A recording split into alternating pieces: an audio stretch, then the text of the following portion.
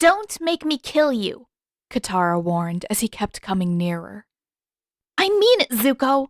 I'll do it. She didn't know exactly how she'd do it, but she'd figure something out. If she had to.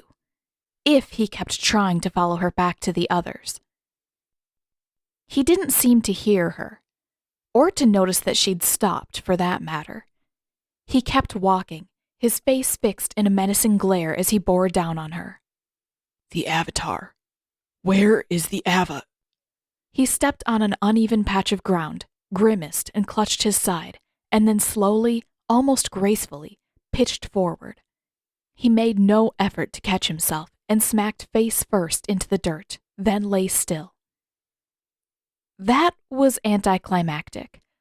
Honestly, Katara was a little disappointed. She wanted to hit something, and Zuko's annoying ponytailed head seemed like the perfect candidate. But he didn't move, didn't react. She wasn't even convinced that he was breathing. It had to be a trick. He had to be faking it. Why else would he tip over right in front of her? Give it up, Zuko. You're not fooling anyone. No response. And still no movement, though after staring a while, she could see the slight expansion and contraction of his back. He was breathing. Katara edged closer. Zuko? Stop faking. I know you just want to trick me so you can get to Aang. A slight breeze passed, and his stupid, fluffy ponytail fluttered, but he remained both still and silent. Zuko? She nudged him with her toe, and when that still earned no reaction, she pushed him over onto his side. He was limp and stayed that way as she pushed him farther with her toe. Then she saw a patch of red in the dirt beneath him, almost the same color of his uniform. Maybe he wasn't faking it after all.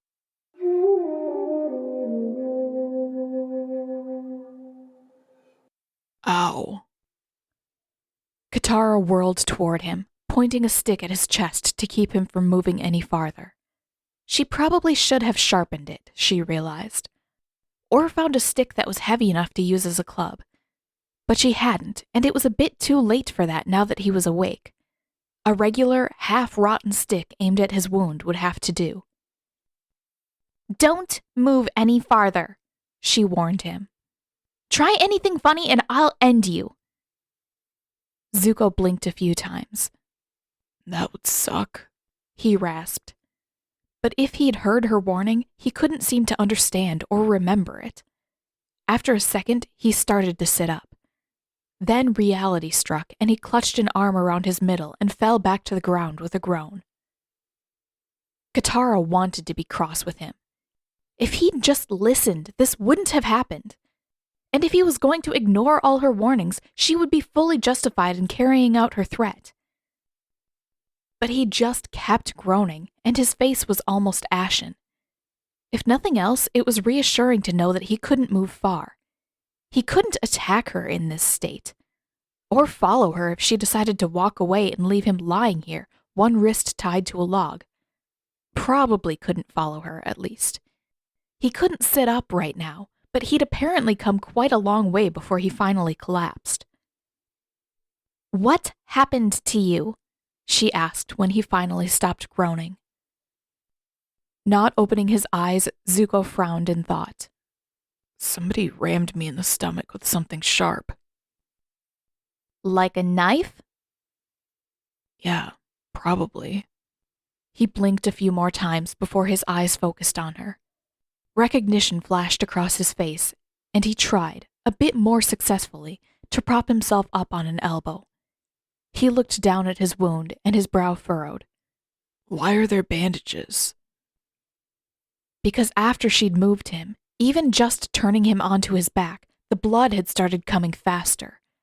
Because he was probably going to bleed out otherwise, and it went against all of Katara's instincts to leave him to die like that. And maybe just a little bit because it was incredibly satisfying to cut up parts of his uniform for bandages. Of course, she wasn't going to tell him that. She'd never say that he looked small and vulnerable and young when he was lying there, unconscious and bleeding to death. She crossed her arms, her stick dangling in one hand. "Because you passed out and I wasn't done yelling at you yet." Zuko frowned for a second, then nodded. That makes sense. He noticed the ropes wrapped around his wrist. And the ropes? "Those are payback for tying me up a few days ago." Oh. He slumped back to the ground. She was beginning to wonder if he'd hit his head at some point, too. He was strangely calm about all of this. "Where are all your firebender friends?" Don't have friends, he answered a little absently. My uncle and crew are on the ship. I don't think they noticed when I snuck out of my cabin. They left without me. Katara almost wanted to laugh at that. Served him right. If he was going to sneak around, it was only fitting that he be left behind because of it. Where are your friends? He asked. She felt like she'd been punched in the stomach.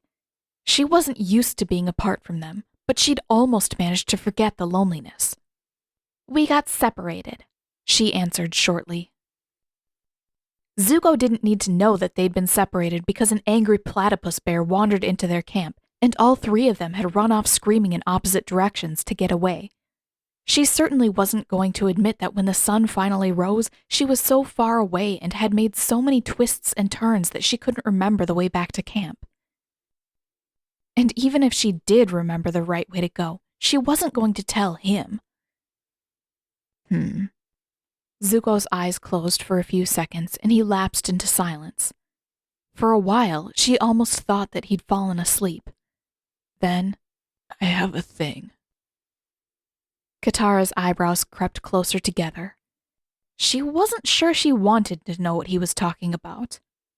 She leaned back against the log she'd tied him to. "I'm sure you do."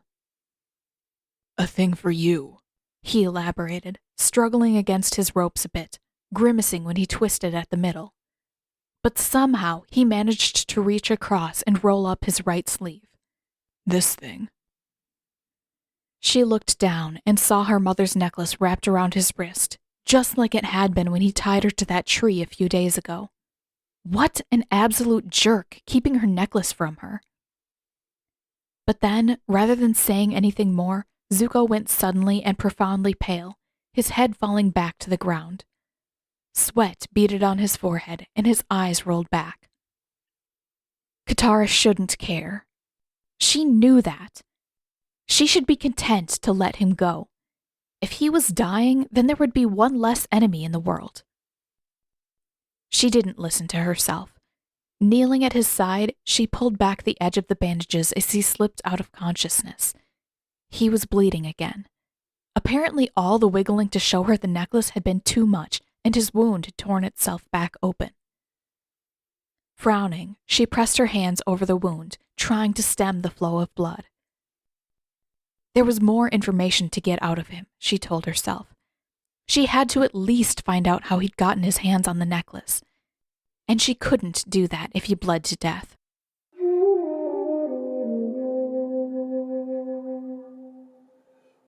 "Welcome back," she said flatly when he woke the second time.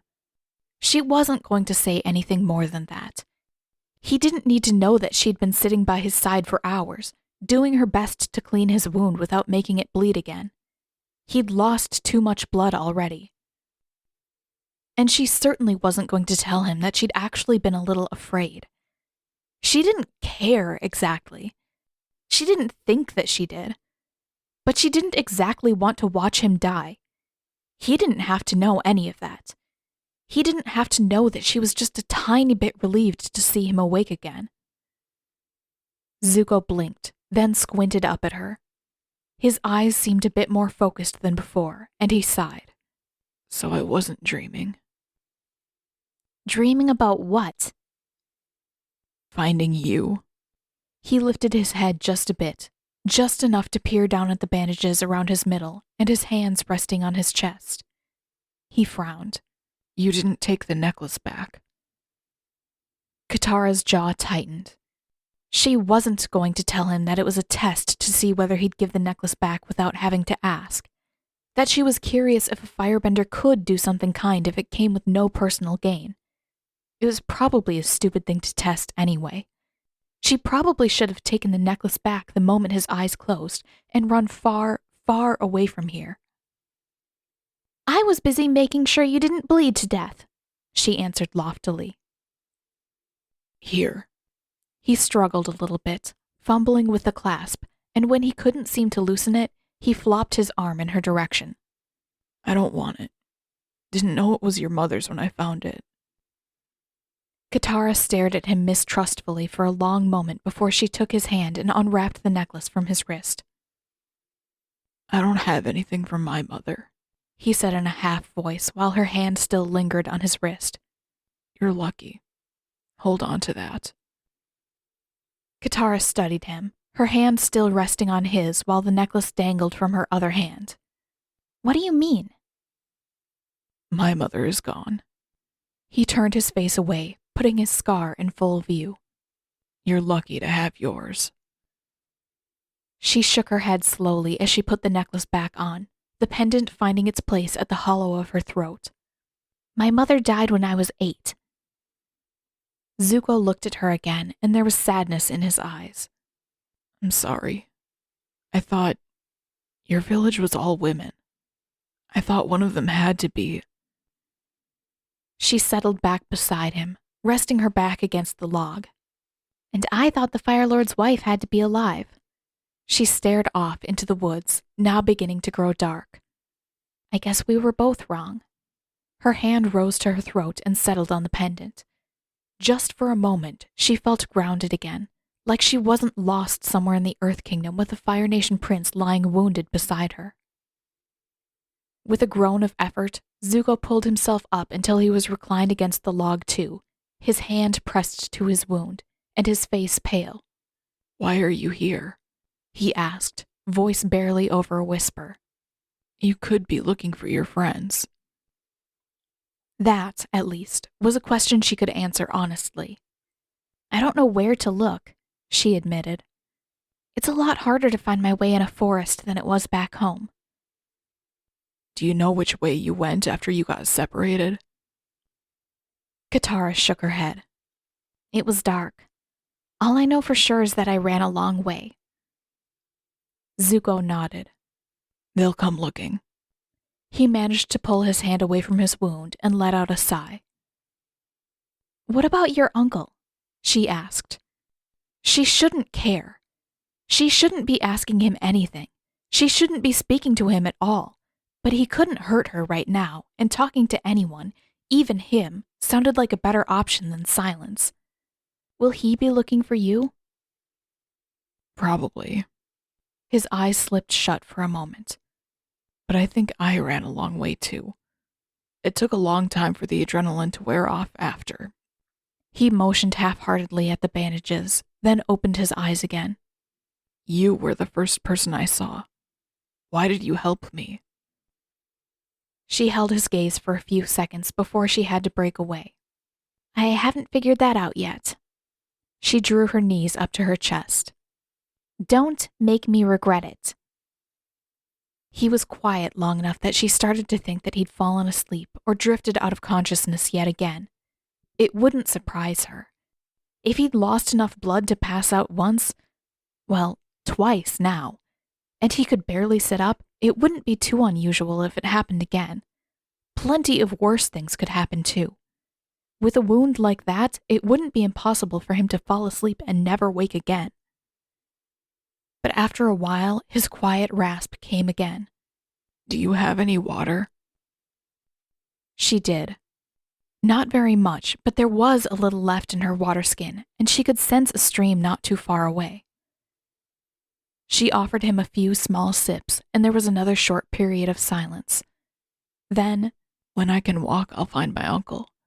He'll help you find your friends. Katara stared at him. He didn't look like he was joking. She couldn't really imagine him ever joking. And it didn't look like he was lying either. She frowned. Why? Zuko gave a small shrug and winced, clutching his wound. Because you don't know why you're helping me.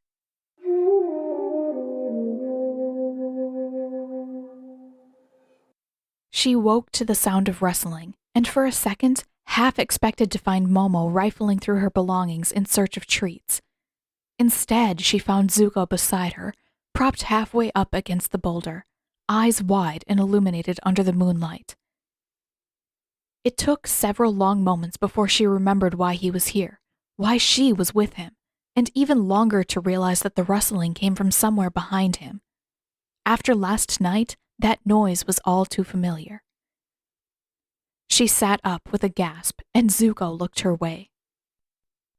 What's that? She shook her head and clamped a hand over his mouth. Platypus bear, she said in the barest whisper. It's close. Zuko moved a little, then gasped, hand pressed to his stomach. Right. He was going to have a hard time getting away. Fumbling in the dark, Katara untied the ropes around his wrist and grabbed his arm, hauling him upward. Come on, quietly. For what felt like too long, he stared at her, then pushed off of the log. Straightening as much as he was able, he hobbled along beside her. Katara could leave him behind, she realized. She could have left him tied to the log for the platypus bear to find, or she could release her grip on his arm and run on ahead. He'd never catch up, and the platypus bear would never come after her when there was easier prey so close by. She could have, and yet she couldn't force herself to do it. She told herself that it was because she'd worked too hard to bandage him up, because he'd offered to help bring her back to her friends. But a small, nagging corner of her mind disagreed. She tried to ignore the voice whispering, over and over, that there was something more to it. That she didn't like the idea of leaving someone behind when they could hardly walk, much less fight. She didn't, but even more than that, there was something else. The rustling came closer, and then there was snuffling and snarling. Katara fumbled for what little water she had left to fight off the beast. It was the only defense she had. Wait. Zuko's voice came soft and firm. He grabbed her arm, stopping her in her path. Just stand still. If she had been thinking, she would have taken it for a trap. She would have thought that Zuko was planning to push her into the platypus bear's jaws so he could have a chance at escape. He did no such thing. Bracing himself against her as well as he could, Zuko walked in a slow circle, setting fire to the undergrowth until they were surrounded. The light of the flames reflected off the beads of sweat on his forehead, and he rested against her shoulder, breathing hard and clutching his stomach. Animals don't like fire, he managed between gasps. Katara wasn't sure she liked it either, but Zuko kept the flames in check, regulating the circle in time with his breathing. Across the clearing, a platypus bear, bigger and meaner than she'd expected it to look, stepped out into the light and hesitated at the sight of the fire. It ventured closer, edging around them, looking for a clear angle, but found none. With every moment, Katara felt Zuko's weight fall heavier and heavier against her side, but she didn't dare look away from the beast bearing down on them, not even to check if Zuko was okay. He had to be. If he wasn't, their best defense would break, and then Katara would have no choice but to leave him behind. She didn't want that, she realized. It shouldn't matter to her, but she didn't want to leave him. At last, the beast seemed to make up its mind, advancing although the flames still raged. Katara uncorked her water skin and held Zuko tighter. She may not know much waterbending yet, but she would do what she could. If nothing else, she would make it painful for the platypus bear to harm them. Then everything happened all at once.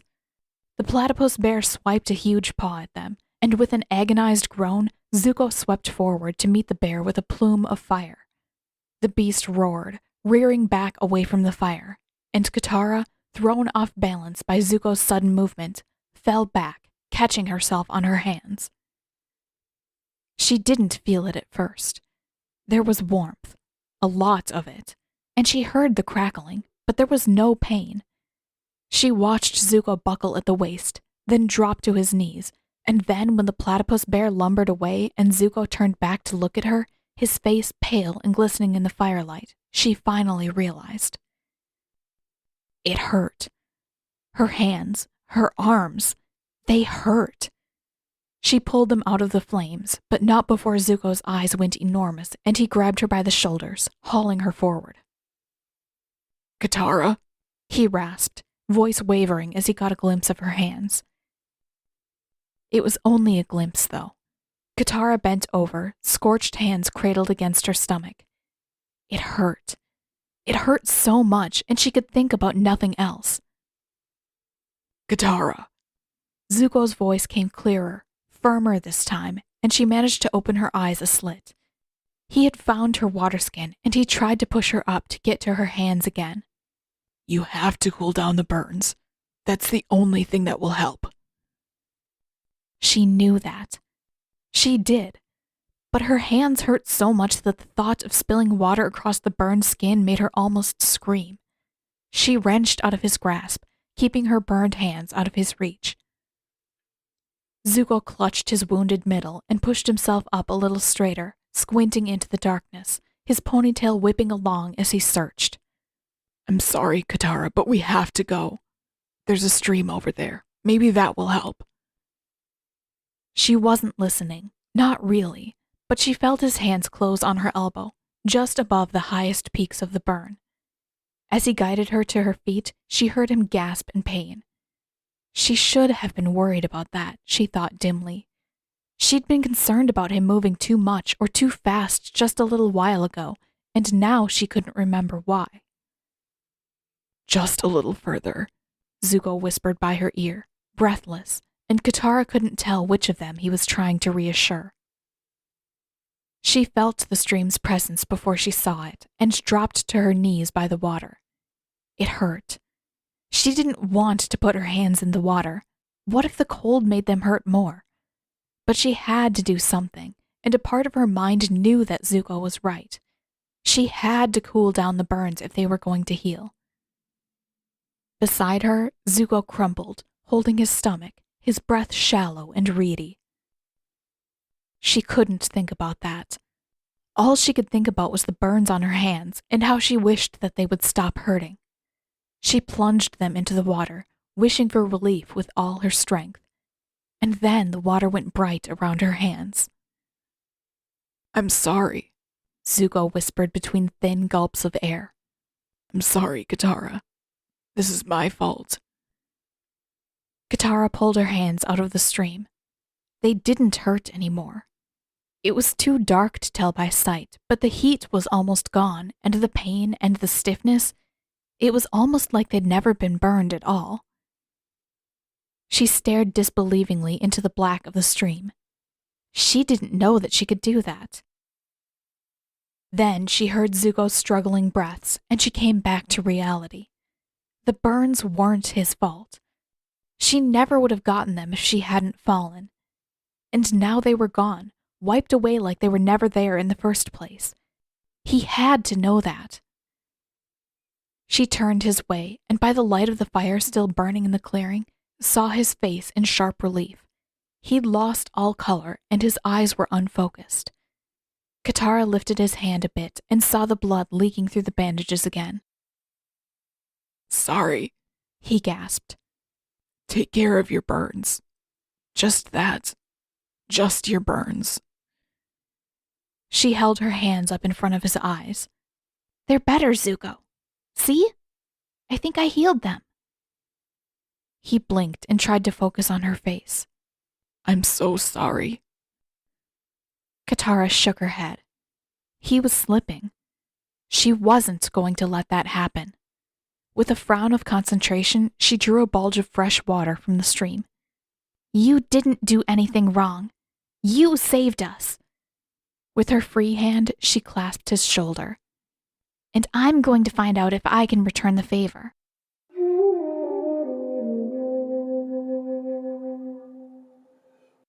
For lying under the open sky, Katara was surprisingly comfortable when she woke up. She was snuggled up against someone warm, and she would be perfectly happy to stay there, head resting on what was probably a shoulder, listening to the heartbeat under her ear. But the arm wrapped around her waist was tense, like its owner was too afraid to move. She raised her head just a bit and found Zuko's wide, golden eyes staring down at her, his expression fixed in something halfway between surprise and terror. And judging by the tension in his arm, in his face, he'd been holding that expression for a while. Fine. She'd get up if he was that uncomfortable. With a yawn, she sat up and stretched. "Good morning," she said through the yawn. Zuko blinked at her, then cleared his throat and pushed himself upright too. "Good morning," he croaked. "What's that face supposed to be?" His eyes remained wide, too wide, but he shook his head. "I don't know what you're talking about." Katara raised an eyebrow at him. He rubbed the back of his neck. "What? Why?" She waited, watching his cheeks flush pinker and pinker by the second. It was nice to see some color returning to his face, even if it was prompted entirely by embarrassment. Whatever she'd done with her healing powers must have helped compensate for the blood loss if he could blush like that. He rubbed it where the wound used to be in the middle of his stomach and glanced downward. He swallowed. "What happened? Wasn't I hurt?" Katara nodded slightly. "You were. How do you feel?" "Better." He rubbed his stomach again. "I can still feel it. It aches a little, but I'd barely notice." Zuko looked deep into her eyes, his expression filled with the purest wonder and surprise she'd ever seen, especially on him. "How?" She pulled her knees up to her chest and wrapped her arms around them. "I think I have healing powers." "Why would you use them on me?" She had to think about that for a while. "Because it felt right? Because the platypus bear would have gotten us both if you hadn't used your firebending to scare it away?" She peered at him from the corner of her eye. "Because you'd lost so much blood that you weren't listening to me when I told you that you saved us, and it wasn't your fault." She offered him a small, lopsided smile. "And I wasn't done yelling at you." She caught a hint of a smile flashing across his face, then his gaze crept down toward her hands, and he let out a slow breath. "You're really okay?" She nodded. "And now I think I'll save the yelling for later." She snuck another look at him. "If you meant what you said about helping me find my friends. And if you promise not to try to capture Aang." He met her eyes for a second and blushed before he had to look away again. "I promise."